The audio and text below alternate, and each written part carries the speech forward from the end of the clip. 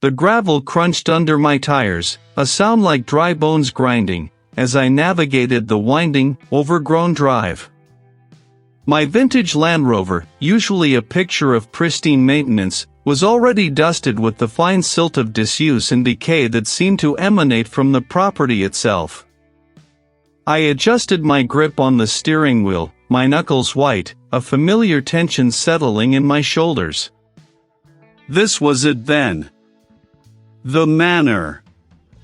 My inheritance.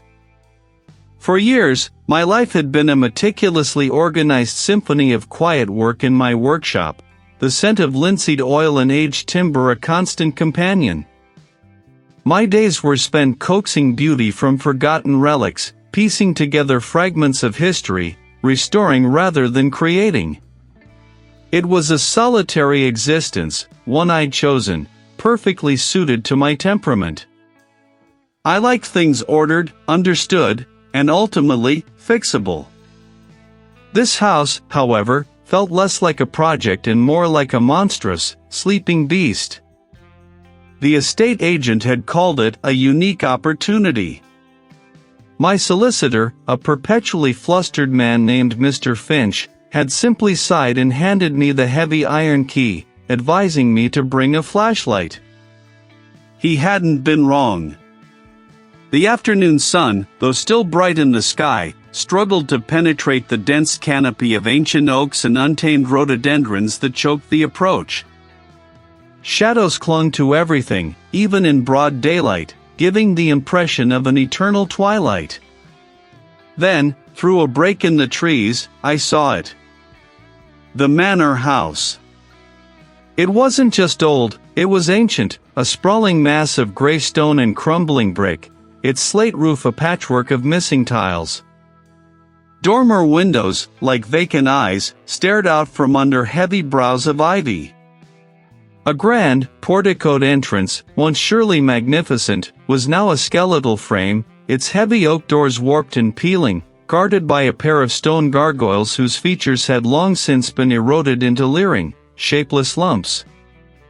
The air here was heavy, thick with the smell of damp earth, decaying leaves, and something else, something metallic and faintly sweet, like old blood mixed with rust.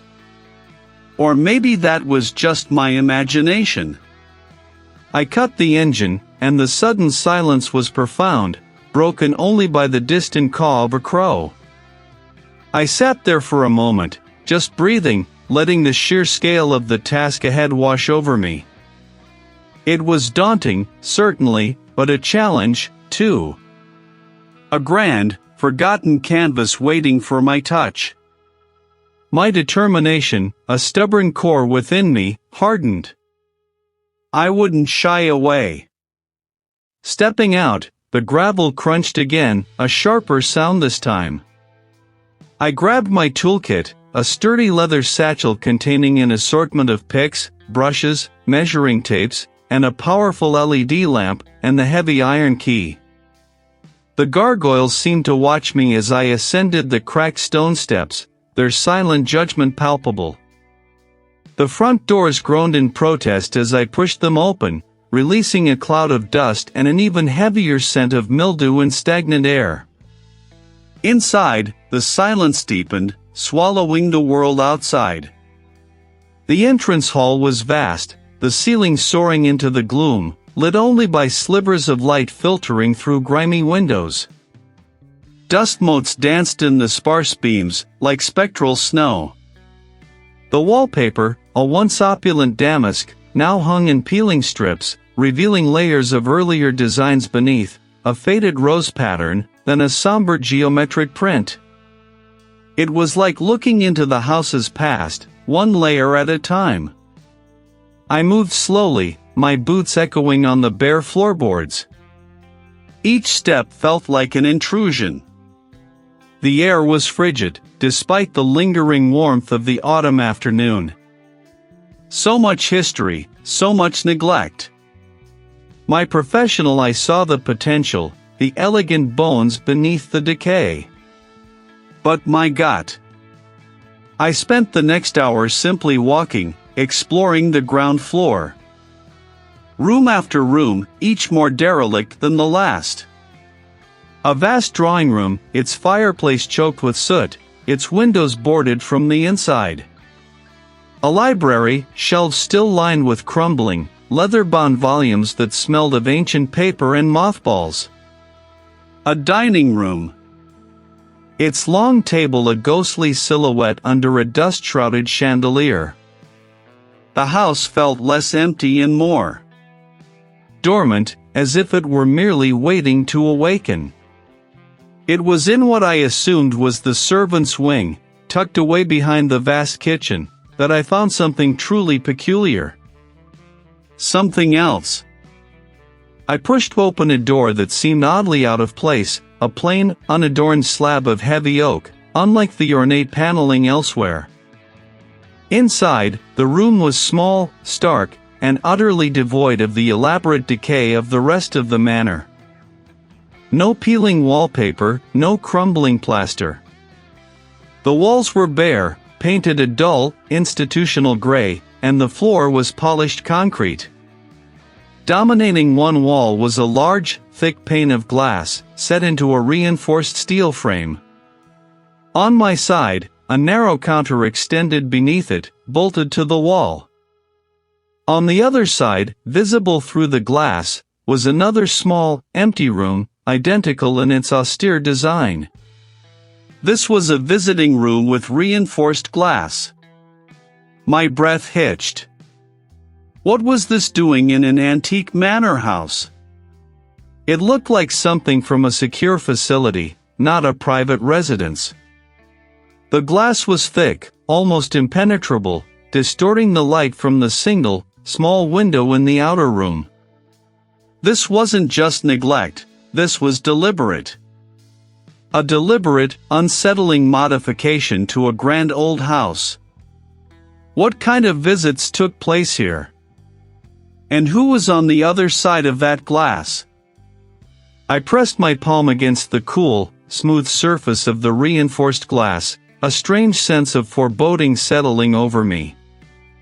The quiet hum of the house seemed to intensify, a low, almost imperceptible thrum that vibrated through the floor. And I had just stumbled upon the first, most unsettling piece. I adjusted my grip on the steering wheel, my knuckles white against the dark leather.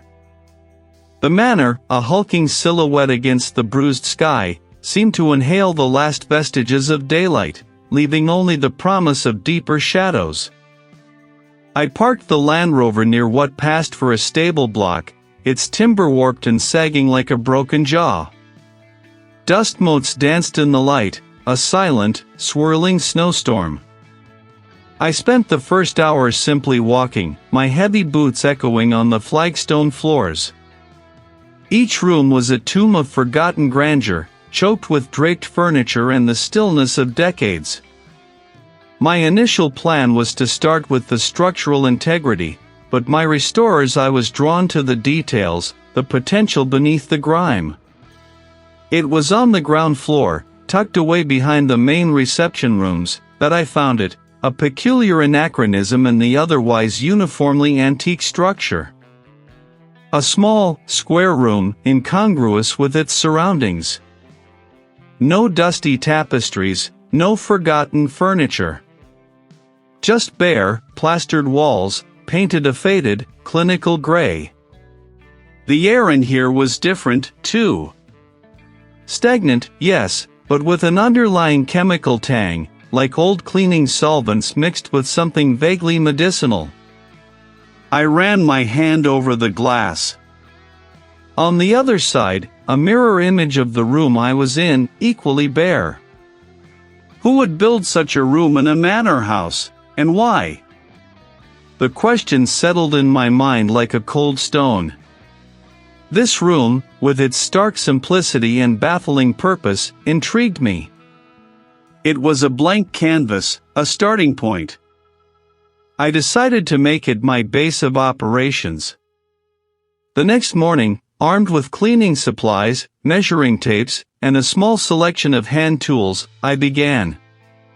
The first task was simple: clear the accumulated dust and cobwebs, assess the plasterwork, and understand the room's construction.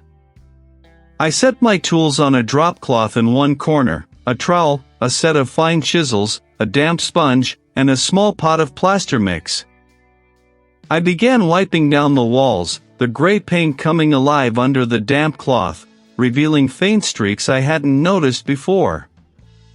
It was a rhythmic, methodical process, the kind that usually quieted my mind. But today, a persistent hum seemed to vibrate just at the edge of my hearing, too low to identify, too constant to ignore. I blamed the old house, the settling timbers, the wind whistling through unseen gaps. I bent to mix a small batch of plaster, my back to the glass wall. The scrape of the trowel against the bucket was the loudest sound. When I straightened up to apply the first patch, I reached for a specific chisel, the narrow-bladed one, perfect for delicate work. It wasn't there. I scanned the drop cloth. My eyes darted around the small room. I was certain I'd placed it right beside the trowel. Must be tired, I muttered to myself, rubbing the back of my neck. I found it eventually, tucked beneath the edge of the drop cloth, a full foot from where I remembered leaving it. A minor annoyance, easily dismissed. My meticulous nature, however, bristled at the oversight. I always knew where my tools were. As the day wore on, the incidents became less ignorable. The hum intensified, sometimes accompanied by a faint, almost imperceptible scratching sound, like fingernails dragging across rough stone, though there was no stone in the room, only plaster and glass. I checked the walls, the floor, even the ceiling. Nothing. No cracks, no visible source. Later, I was meticulously scraping away a stubborn patch of old plaster near the ceiling. A wave of frustration, sharper this time, washed over me. I'd placed it on the small step stool beside me, not on the floor. My gaze swept the room again. It was resting on the opposite wall, propped against the baseboard, almost as if someone had placed it there deliberately. My heart gave a startled thump against my ribs. I was alone in this vast, decaying structure. I had ensured the front door was bolted, the windows secured. There was no one else here. The logical part of my brain screamed fatigue, stress, imagination. I picked up the scraper, my fingers tingling with an odd apprehension. The air in the room felt heavier, denser, as if unseen eyes were pressing in on me. I tried to focus on the plaster, on the methodical work, but my senses were heightened, straining. I worked until the last light faded, the reinforced glass reflecting my own tired face like a distorted mirror. As I gathered my tools, placing each one back in its designated box with exaggerated precision, I felt it. I wasn't just alone in an old house. I was being watched. My breath caught in my throat. But the only sound was the frantic thrumming of my own pulse, a stark counterpoint to the quiet, watchful presence I now undeniably felt. I parked the Land Rover near what passed for a stable block, its timbers warped and groaning under the weight of years. The air, even out here, tasted of damp earth and something else, something cloying and ancient, like dust motes suspended in the breath of a tomb. Stepping out, the silence was immediate, profound. I grabbed my toolbox and a powerful lantern, the beam cutting a stark path through the encroaching gloom. The main door, surprisingly, yielded with only a protesting sigh of hinges. My breath plumed in the air. The entrance hall was a cavern of forgotten grandeur, tapestries hanging in tatters like dried flesh, dust motes dancing in the faint light filtering through grimy, leaded windows. I decided to start small, to tackle something manageable before the sheer scale of the place overwhelmed me. The library seemed like a logical choice, a contained space, and often a treasure trove for clues about a property's past. The library was even worse than the hall, a mausoleum of knowledge. Shelves sagged under the weight of mildewed tomes, their pages fused together by time and damp. My fingers, accustomed to the subtle language of old wood, detected something off. It was too neat to be a crack, too deliberate to be accidental. I pressed, probed, my concentration absolute. There. A minute give, a slight spring in the wood. I fished a thin, flat pry bar from my kit, working it carefully into the seam. With a soft click, a section of the paneling, about the width of a narrow door, swung inward. My lantern beam pierced the blackness, revealing rough-hewn stone walls, unlike the finished brick and plaster of the rest of the house. This was an older section, clearly. Hidden, sealed away. I stepped through, the panel swinging shut behind me with a soft thud that echoed unnervingly. The passage twisted, descending gently. I moved slowly, my boots crunching on grit. After perhaps 20 feet, the passage opened into a small, irregularly shaped chamber. My lantern beam played across it, illuminating the peculiar structure. It was built into one wall of the chamber, a box-like enclosure, perhaps 8 feet by 10. Opposite it, the reinforced glass was thick, almost an inch deep, dull with age and grime, but clearly designed to withstand significant force. On the other side of the glass, a matching chair was visible, facing mine. The floor of the interior compartment was bare concrete. There was no door on my side, only the glass barrier. It was a space designed for observation, for separation. For keeping something in, or keeping something out. What in God's name was this? I walked around the chamber, trying to find an entrance to the other side of the glass. There was none visible, only solid stone. It was as if the person on this side was meant to communicate with, or observe, someone or something permanently confined within that glass cage. My eyes scanned the chamber again. On a small, rough-hewn shelf carved into the stone wall beside the visiting room, I saw it, a leather-bound journal, its cover flaking, its pages swollen. It looked ancient, far older than the Manor's apparent construction. I picked it up, the leather cool and dry against my fingertips. The journal was difficult to read, penned in a spidery, archaic script. The ink was faded, the language often convoluted, but the meaning, even in fragments, began to coalesce into something deeply unsettling. The entries were not dated consistently, jumping from year to year, sometimes decade to decade, all seemingly from the same hand. It spoke of the presence, of the hunger, of the erosion of thought. One entry, scrawled furiously across a double-page spread, caught my eye. It demands the tether. It feeds on the threads. I built the barrier, the glass to hold the form, to keep the influence at bay, but it merely observes, and waits. The fear is a feast. My own name. The words seemed to echo in the silent chamber, rattling against the reinforced glass. I stared at the journal, then at the strange, empty chairs. A knot tightened in my stomach. I felt a sudden, inexplicable jolt of disorientation. I blinked, trying to clear my head. What was I doing here, exactly? No, I knew that. I was Reed. I was restoring the Manor. I shook my head, blaming it on the claustrophobia of the hidden chamber, the isolation, the sheer weirdness of the journal's contents. Stress. That was all it was. Too much stress. I forced myself to breathe, to focus. The journal. It spoke of attempts to contain it, to understand it, all failing.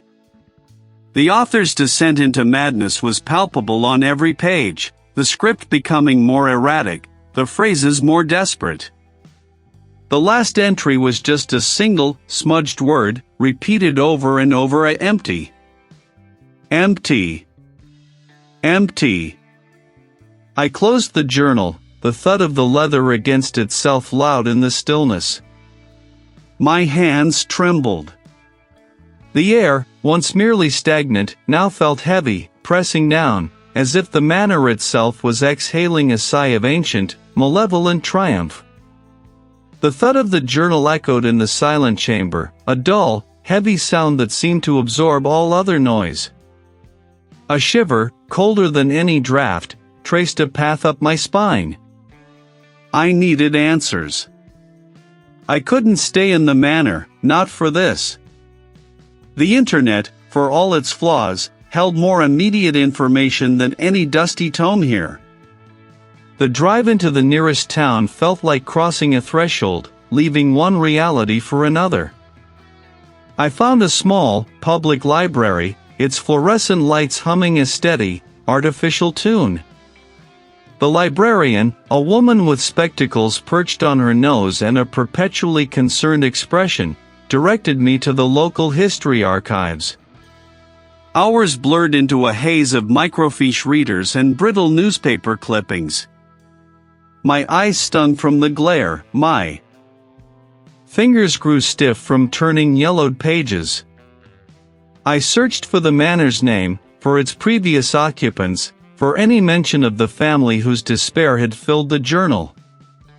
There were brief mentions of the manor in the late 1800s, a sudden, unexplained disappearance of a young heir. The local constabulary had investigated, found nothing, and eventually closed the case, attributing it to a runaway or perhaps an unfortunate accident in the nearby woods.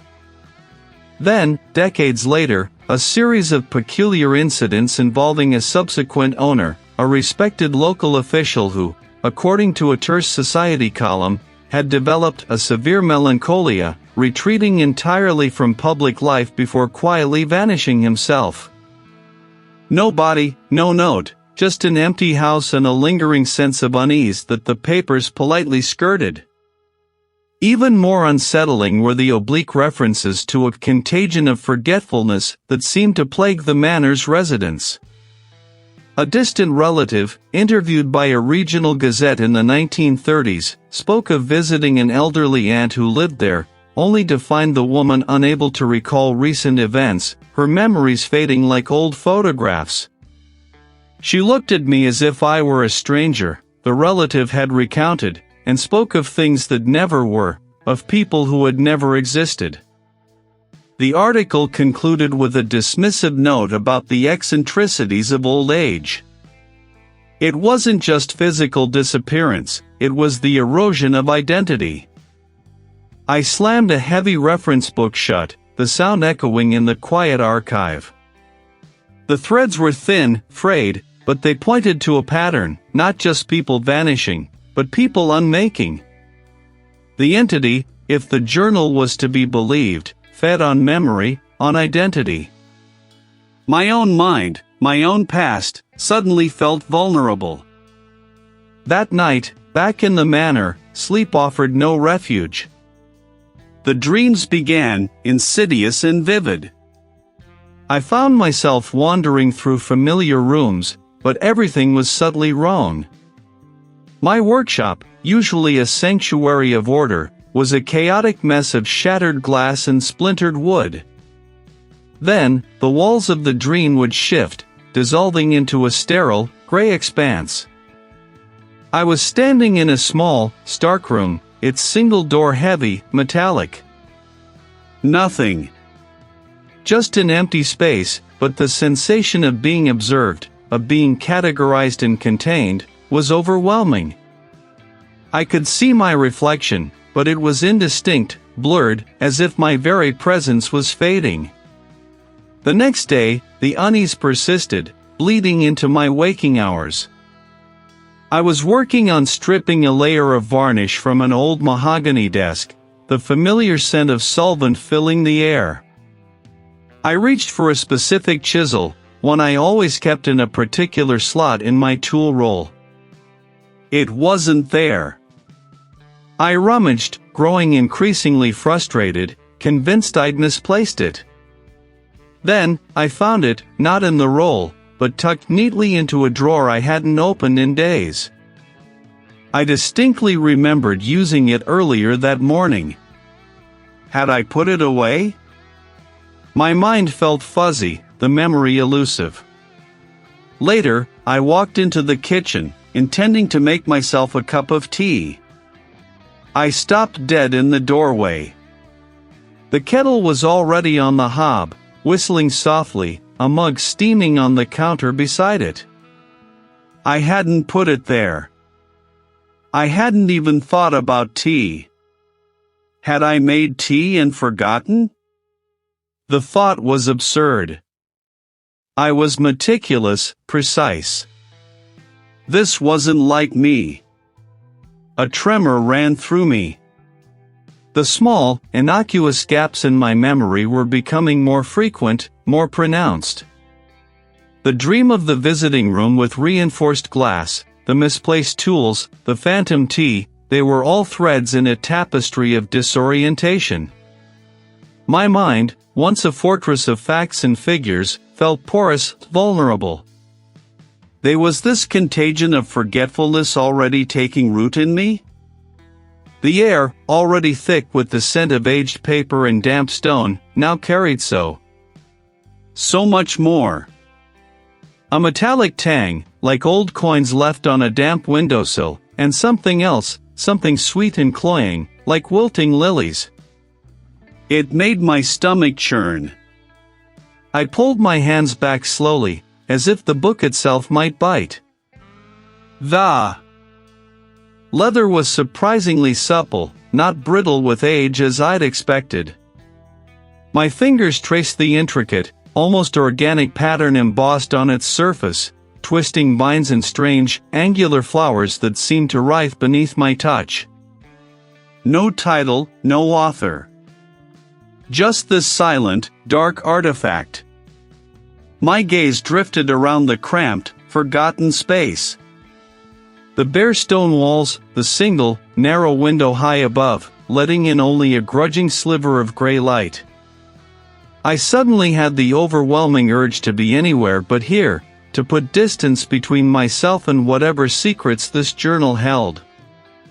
But the curiosity, the drive to understand, was a hook firmly embedded. With a deep, unsteady breath, I opened the journal.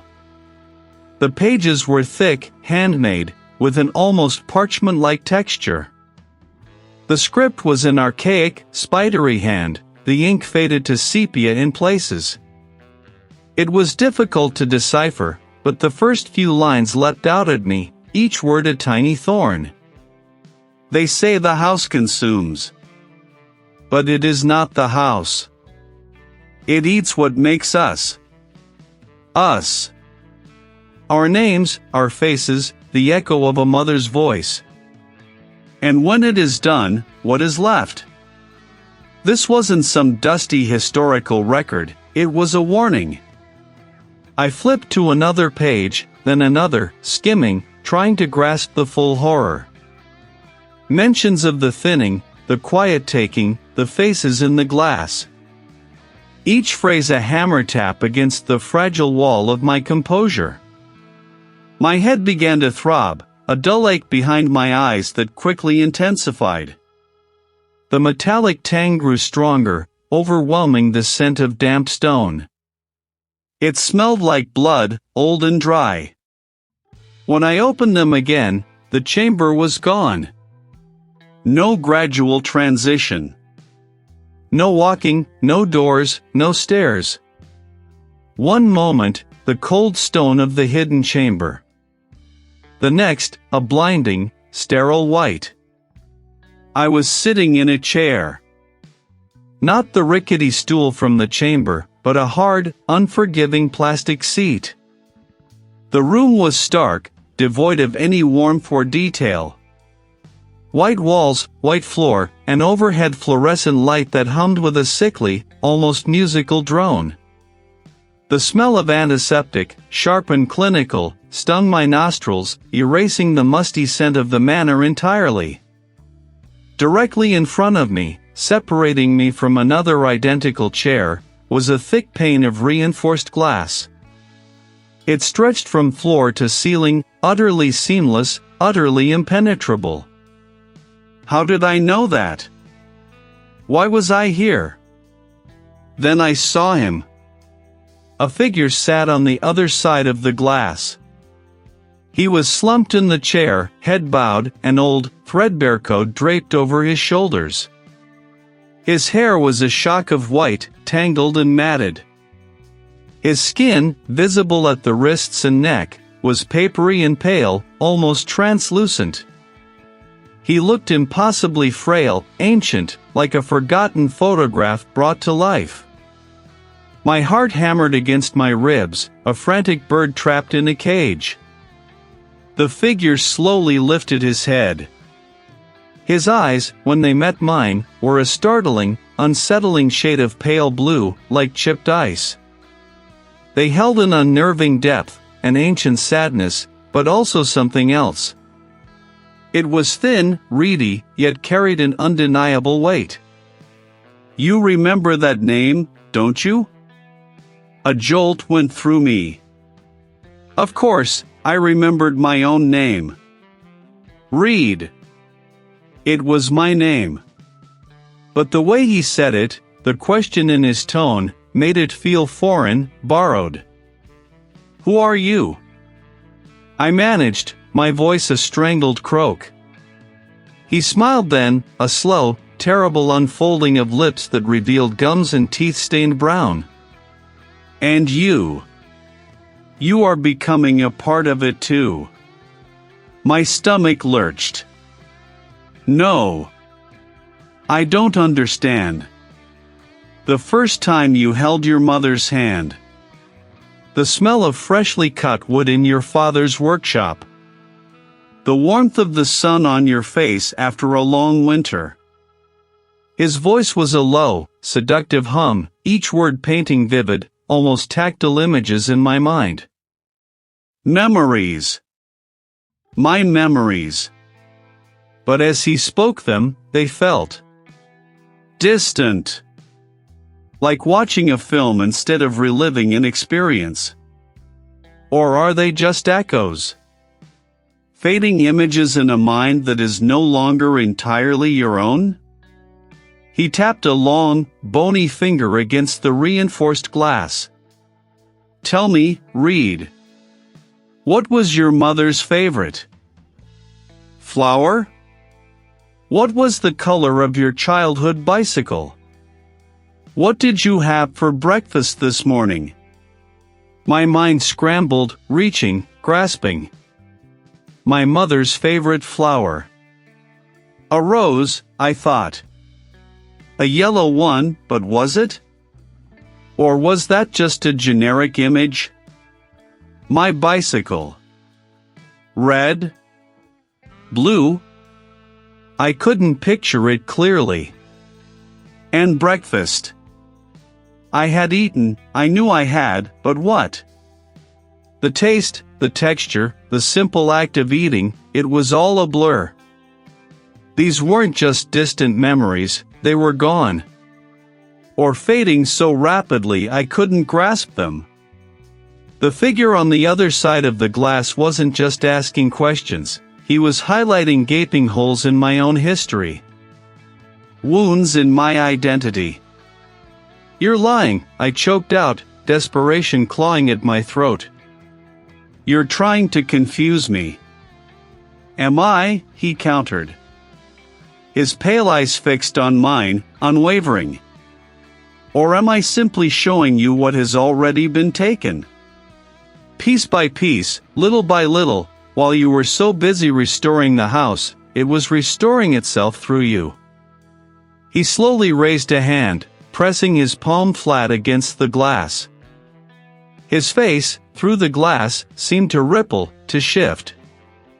For a terrifying, heart-stopping moment, I saw a younger, more vigorous face looking back at me. A face that was familiar.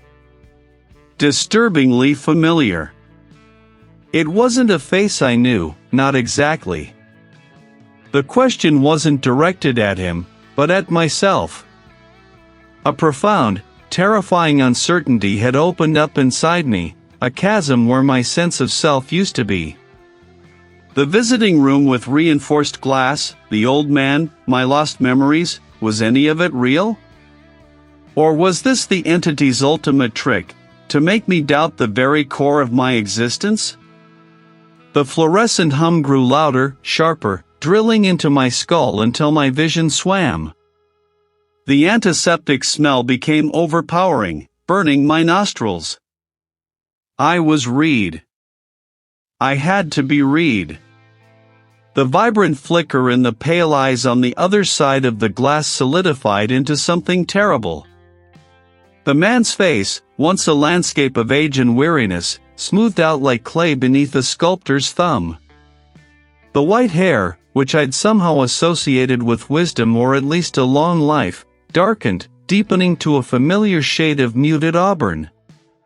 The wrinkles, those deep furrows of experience, simply vanished. His jawline tightened, his lips thinned, and a strange, cold recognition began to prickle at the back of my mind. I watched, horrified, as the transformation completed itself.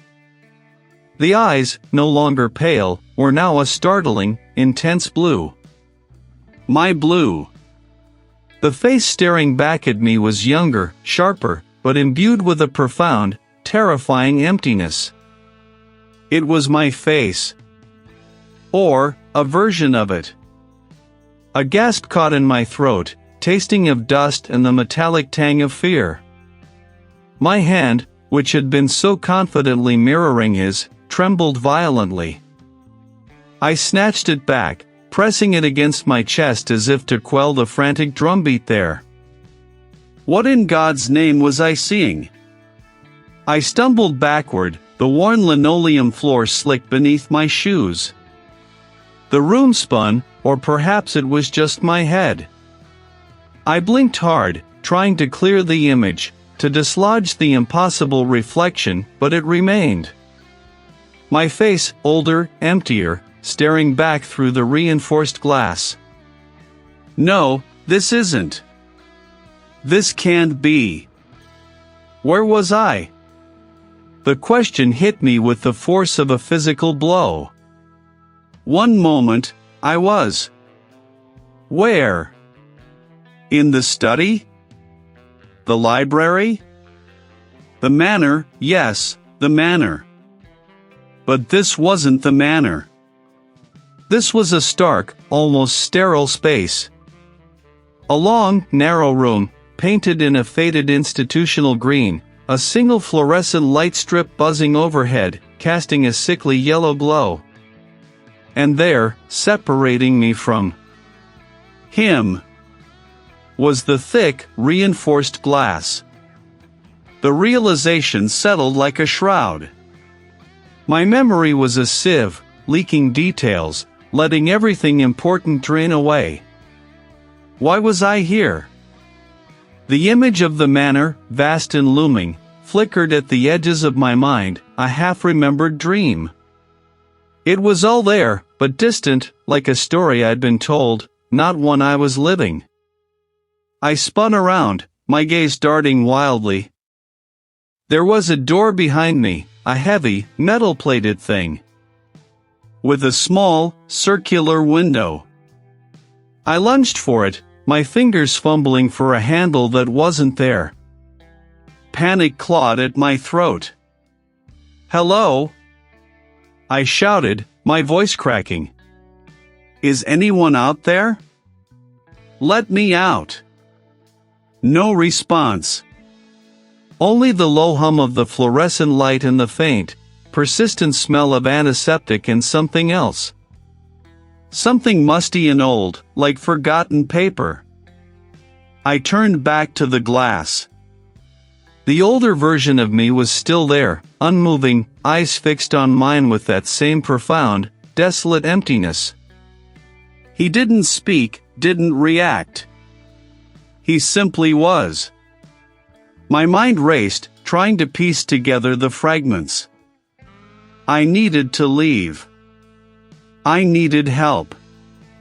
The manor, the entity, the way my memories were fraying at the edges like old lace, it was all connected. I had to get out, to contact someone. A colleague. The authorities. Anyone who could understand what was happening. I gripped the invisible handle on the steel door again, twisting my hand, pushing my shoulder against the unyielding surface. Nothing. I tried the reinforced glass, pushing against it with all my might. It didn't even flex. It felt as solid as a mountain. What do you want? I screamed at my reflection, my voice hoarse. What is this? The older Reed remained impassive. His expression didn't change, but in the depths of those blue eyes, I thought I saw a flicker of something. Not recognition, but a deep, sorrowful understanding.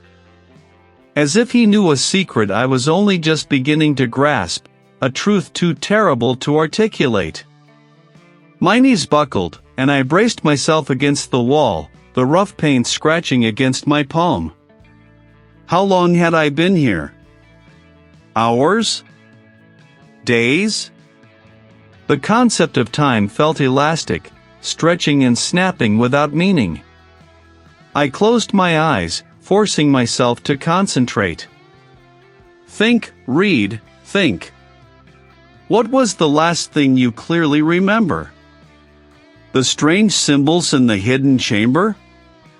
The feeling of something watching? It was all a jumble, a terrifying kaleidoscope of half-formed images and sensations. When I opened my eyes again, the older Reed was gone. The space beyond the reinforced glass was empty. Just a dull, gray wall, reflecting the sickly yellow light. He had been there. I wasn't imagining him. They was I? What if this wasn't a real room? What if this was another trick, another illusion spun by the entity? My resolve hardened. I wouldn't surrender. I scanned the room again, desperately searching for any weakness, any crack in the facade. The door, the glass, the ceiling, the floor. All seemed impenetrable. Then I noticed it.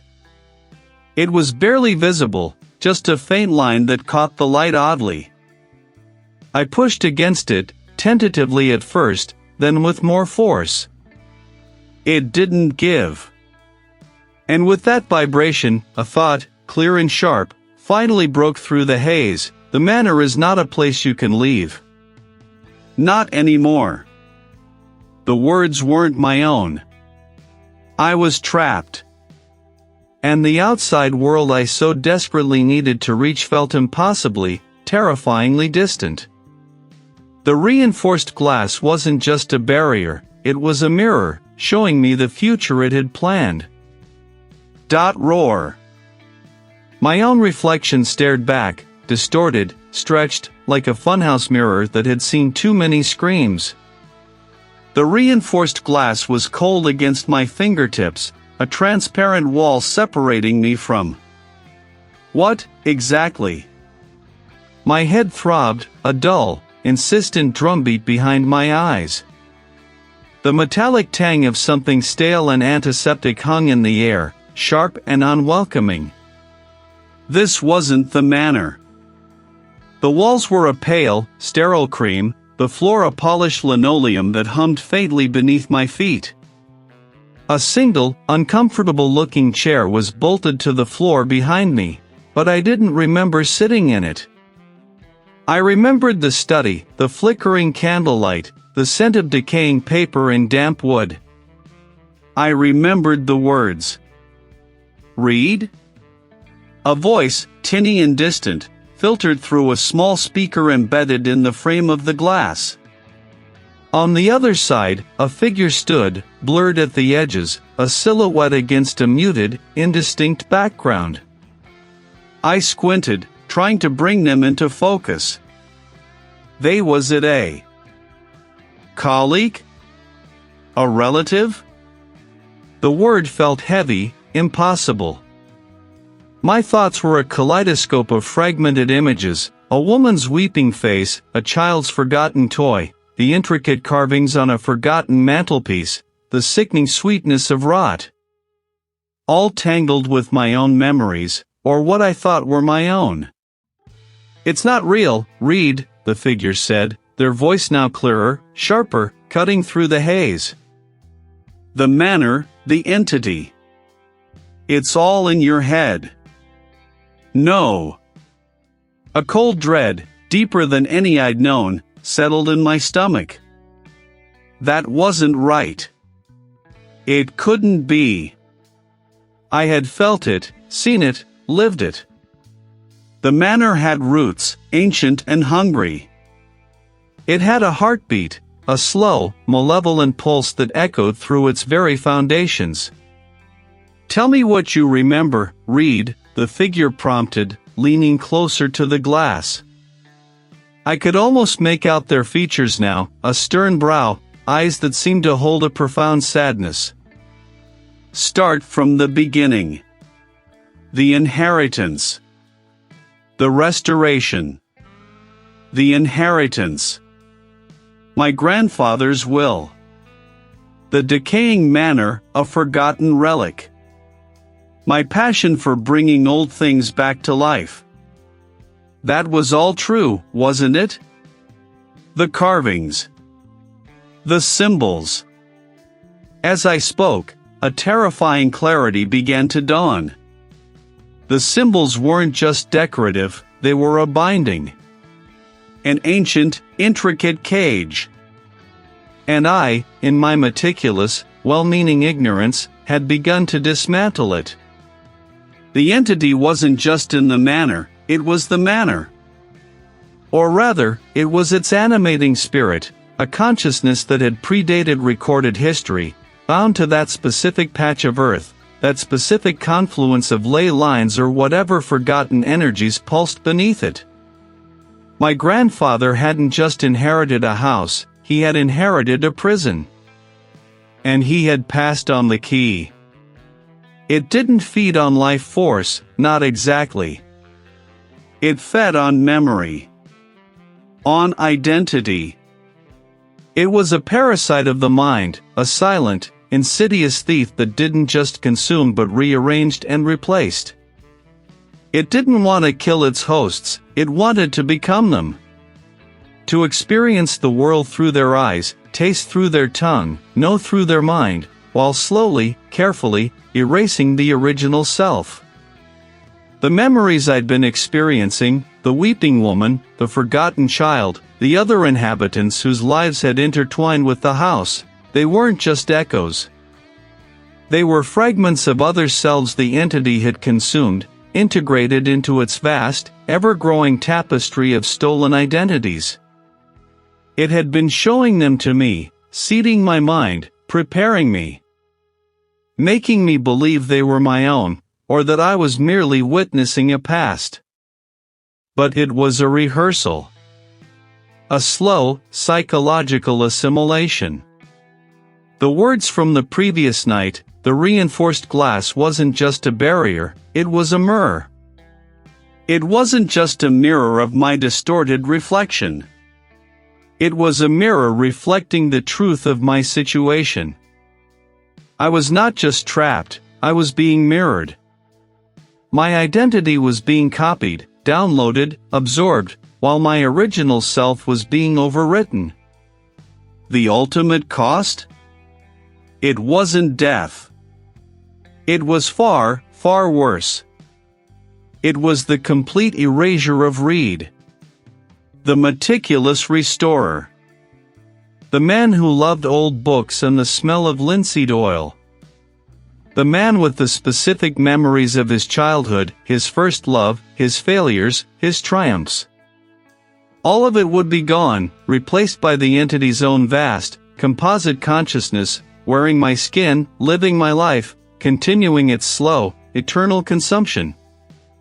I would become just another layer in its ancient, horrifying palimpsest. Another ghost within its walls, unaware that I was the ghost of myself.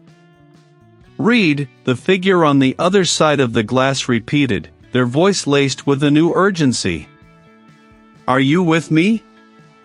I looked at them, my vision clearing, a horrifying clarity settling over me. The figure was a woman, perhaps in her late 50s, with kind, tired eyes.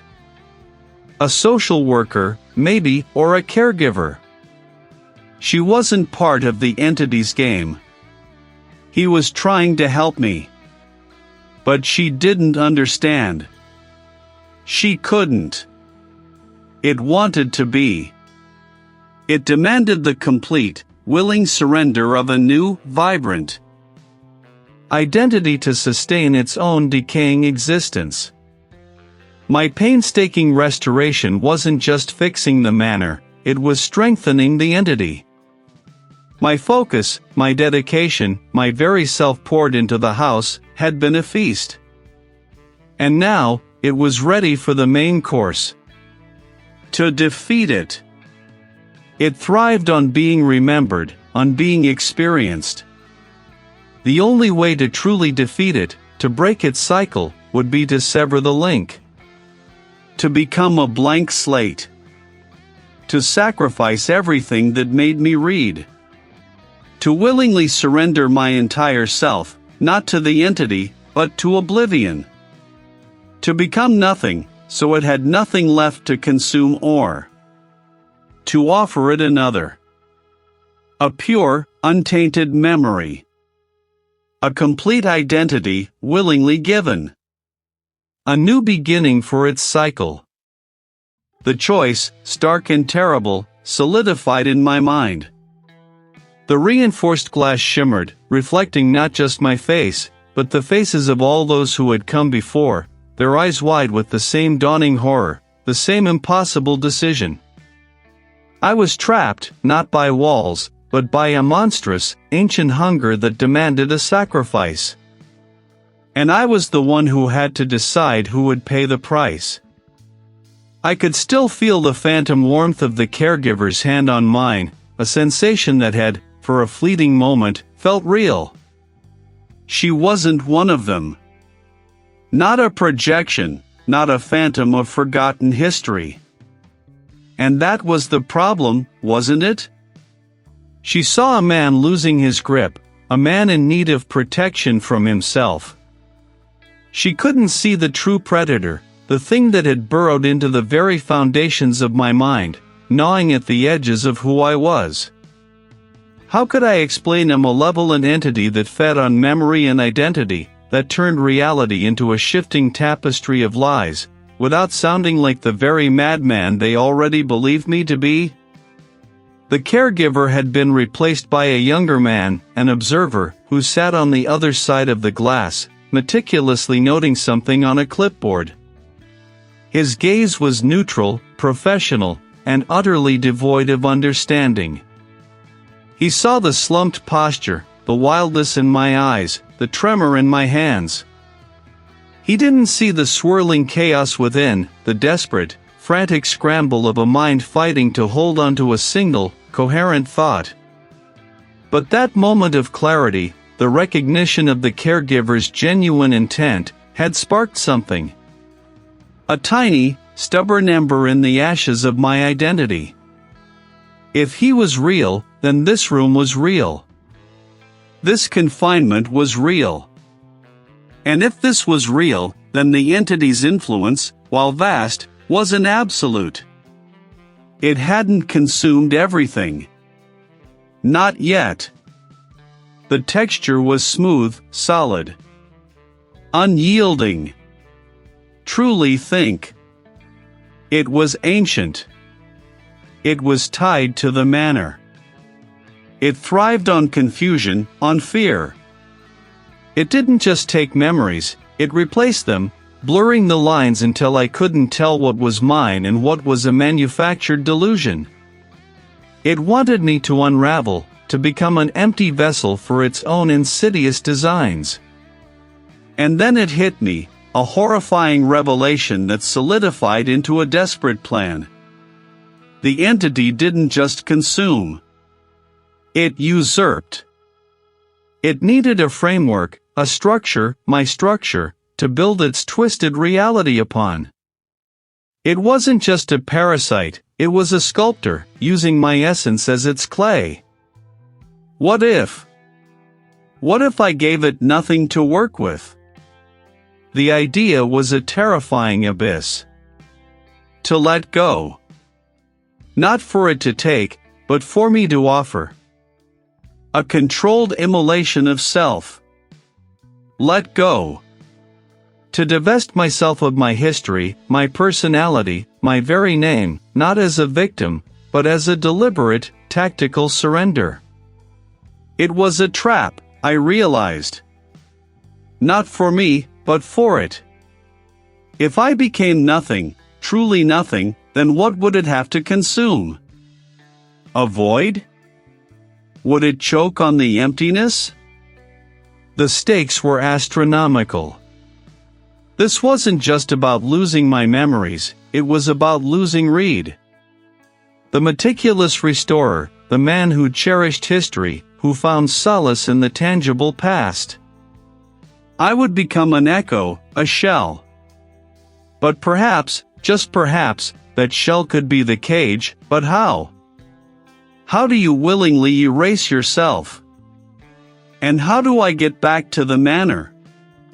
The entity's power was strongest there, at its source. That had to be where I enacted this desperate gambit. I looked at my hands, thin and trembling. They were the hands of an antique restorer, once steady, precise. Now they felt alien, distant. I forced myself to let it go. Not to fight its fading, but to accept it. A wave of nausea washed over me. This was the sacrifice. This was the cost. The observer across the glass shifted, his pen scratching against the paper. He probably noted agitation or disorientation.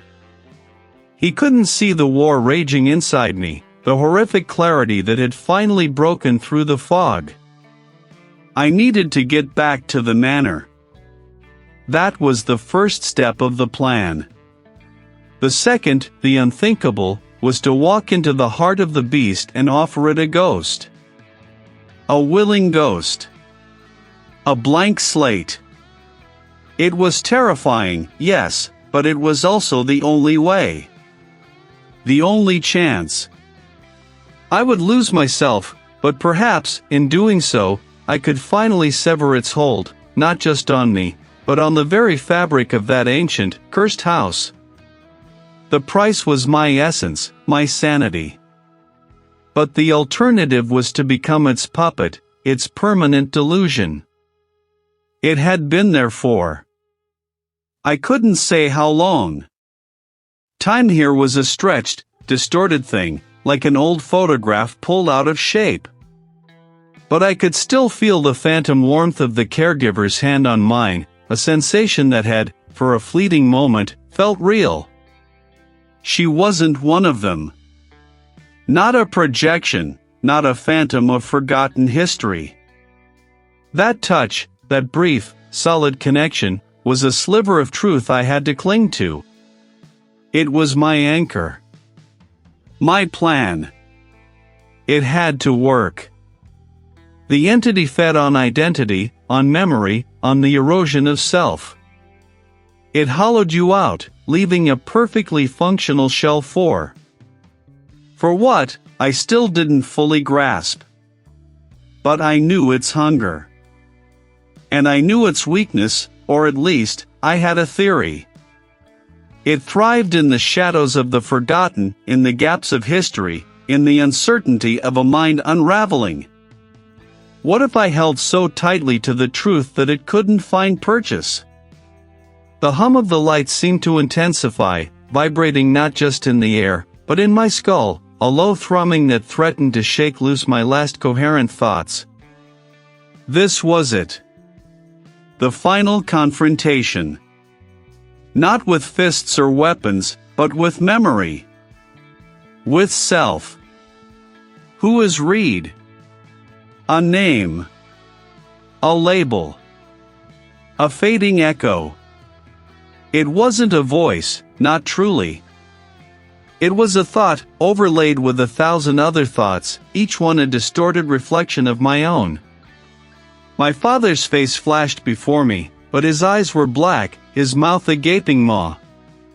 My mother, laughing, but the sound was brittle, like shattering glass. My first antique restoration, a simple wooden box, but now it was writhing, pulsating, alive with something foul. The reinforced glass separating me from the empty corridor outside seemed to ripple.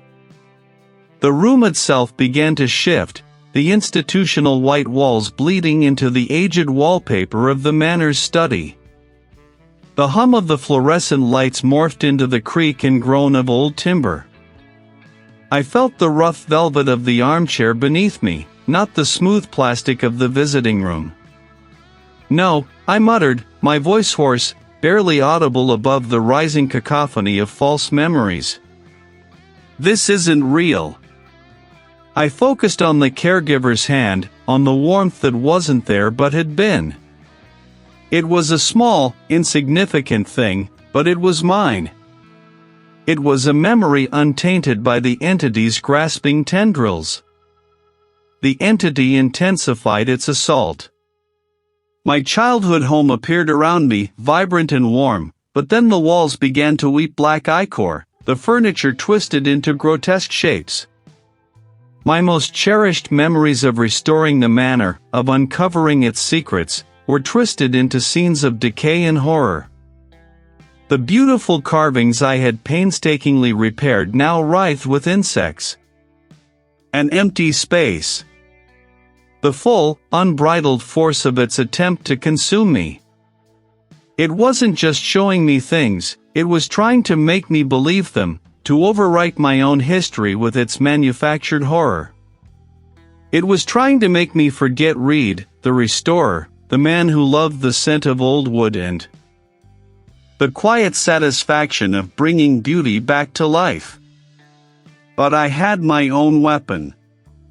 I closed my eyes tighter, forcing the grotesque images back. I focused on a single memory, one I had deliberately chosen, polished, and held apart from the Manor's influence. It wasn't a grand memory, not a pivotal moment. It was mundane. It was real. I pictured my workshop, the specific scent of linseed oil and sawdust. The precise weight of my smallest carving chisel in my hand. The smooth, cool grain of a piece of unfinished oak. The way the light fell through the north-facing window at precisely 3 in the afternoon, illuminating motes of dust dancing in the air. The feeling of the wood giving way, a perfect curl peeling off the surface. The quiet satisfaction. This wasn't about the manor. This wasn't about its past. This was about my present, my skills, my identity, utterly divorced from the entity's domain. It couldn't grasp it. It couldn't twist the simple, sensory truth of craftsmanship. It couldn't feed on the precise, tangible reality of a hand-carved groove. You are insignificant, it shrieked, its voice shattering into 1,000 discordant echoes. But I knew better. This was the reveal.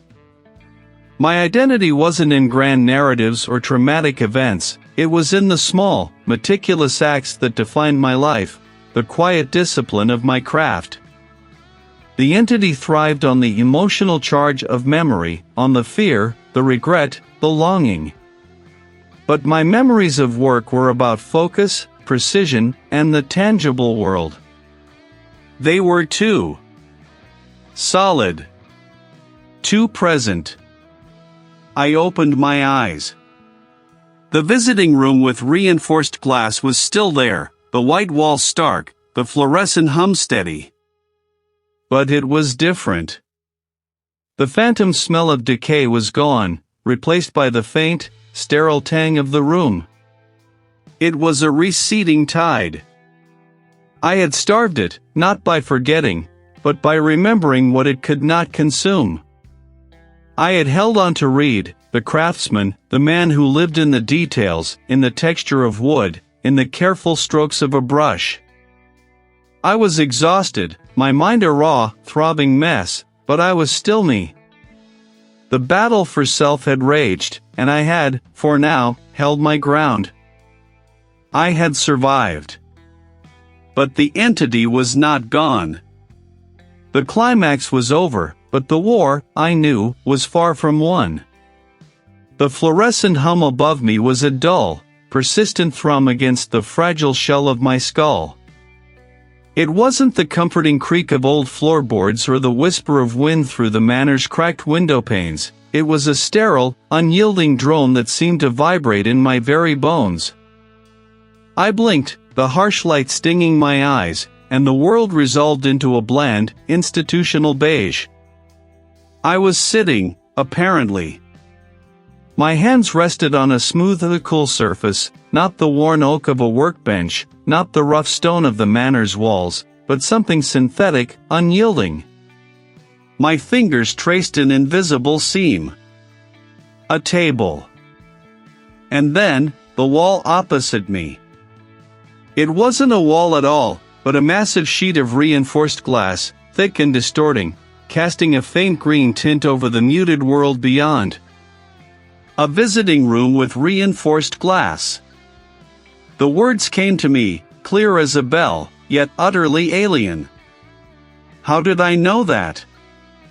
Why was I here?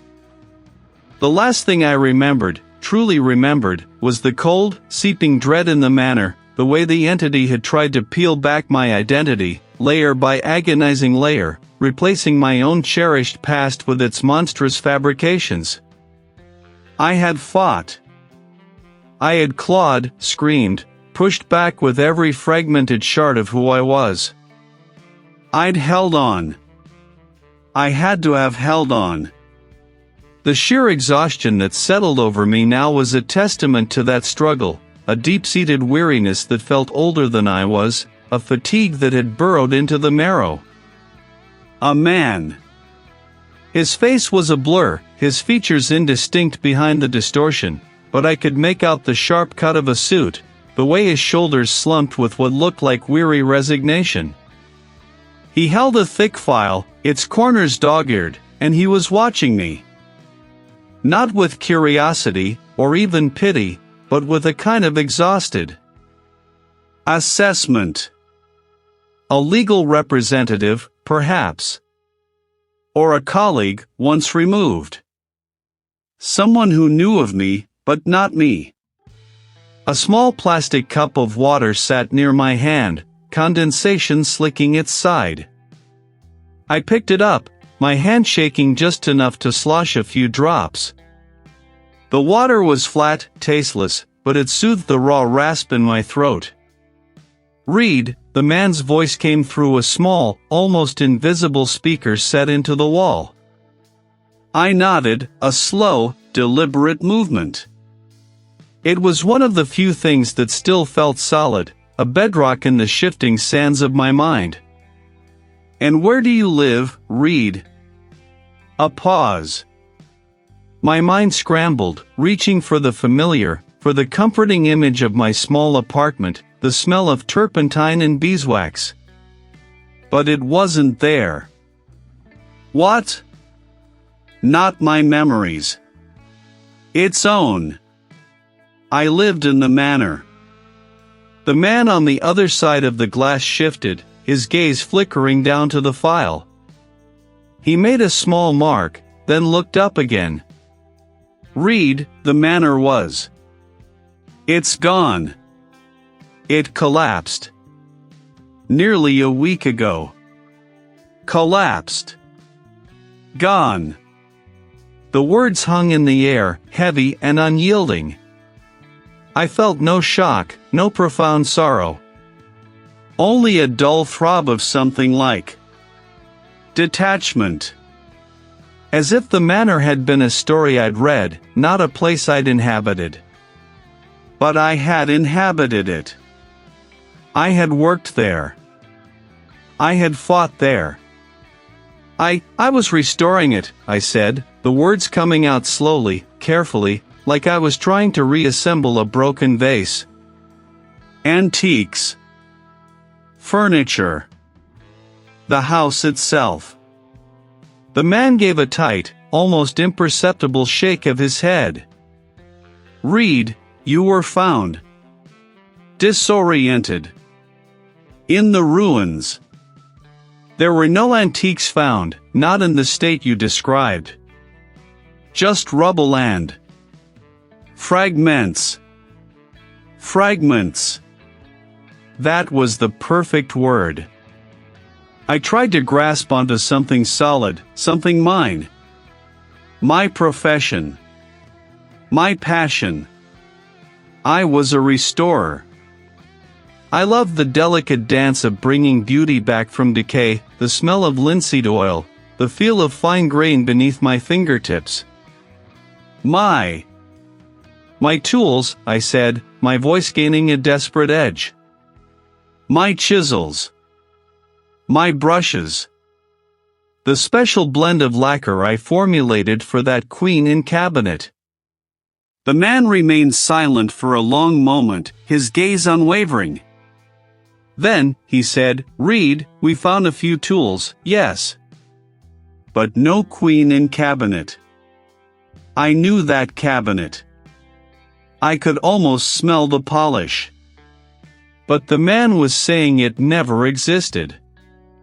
No, I insisted, pushing myself to the edge of the table, my voice rising. It was real. I spent months on it. The dovetail joints, the marquetry. I remember the tiny imperfection in the inlay, a small chip near the bottom drawer. I remember everything. But did I? The image of the cabinet, so vivid a moment ago, began to waver, to shimmer at the edges. Was it my memory? The thought was a jolt, a fresh wave of nausea. The man sighed again. Reed, there was no cabinet. There were only your notes, scrawled on loose papers found in the rubble. They spoke of things, visions, a presence. He paused, his eyes narrowing slightly. You talked about an entity. He was saying it. It took things from me.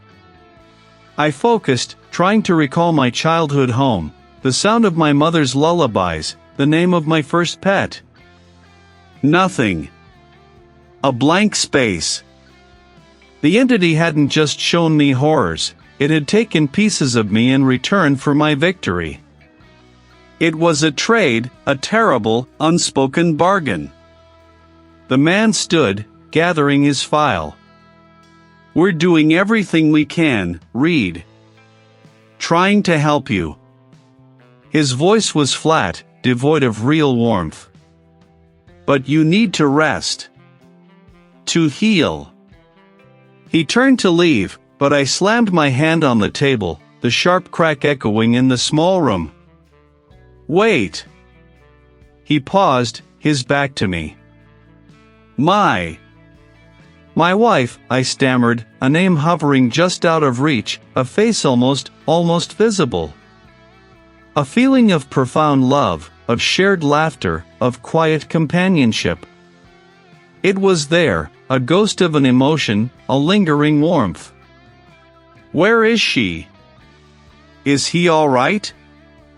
The man turned slowly, and for the first time, I saw something akin to pity in his blurred features. "Reed," he said, his voice softer, "you've never been married." The words hit me like a physical blow, stealing the air from my lungs. My wife. The woman I loved. The memories of her, the life we had built together, the simple joys. It was all a fabrication. A beautiful, agonizing lie. The entity had not just taken memories, it had invented them, created entire swaths of a life I'd never lived, only to snatch them away, leaving me with the agony of a loss that never even happened. I stared at the reinforced glass, at my own distorted reflection. Who was I? What was real? I had one, yes. But I had lost everything. The sterile hum of the air conditioning was the loudest sound in the room, a dull, constant drone that seemed to press against my eardrums. I traced the pattern of my breath on the reinforced glass separating me from the relative, my finger leaving a temporary, ghostly smear before the warmth of the room dissolved it. It had been weeks since I'd left the manor, since I'd stumbled out into the blinding daylight, the taste of ash and forgotten memories still thick on my tongue. Weeks of trying to piece together the fragments of a life that felt like a stranger's dream. My determination was a brittle shield, constantly threatening to crack. I understood what it was doing. It wasn't just taking. It was replacing. Building new worlds inside my head, one memory at a time. The relative on the other side of the glass, a man with tired eyes and a perpetually furrowed brow, simply nodded slowly. He'd been coming for days, listening to me, never truly believing, never truly disbelieving. Just observing. His silence was a heavier weight than any accusation. The manor. It was a trap. A crucible. It fed on the gaps, on the emptiness left by time and neglect. I leaned closer to the glass, my reflection staring back, a gaunt, unfamiliar face. My wife. She wasn't real. None of it was. A construct. The joy, the sorrow, the quiet mornings, the arguments over paint samples. All a beautiful lie it had spun for me.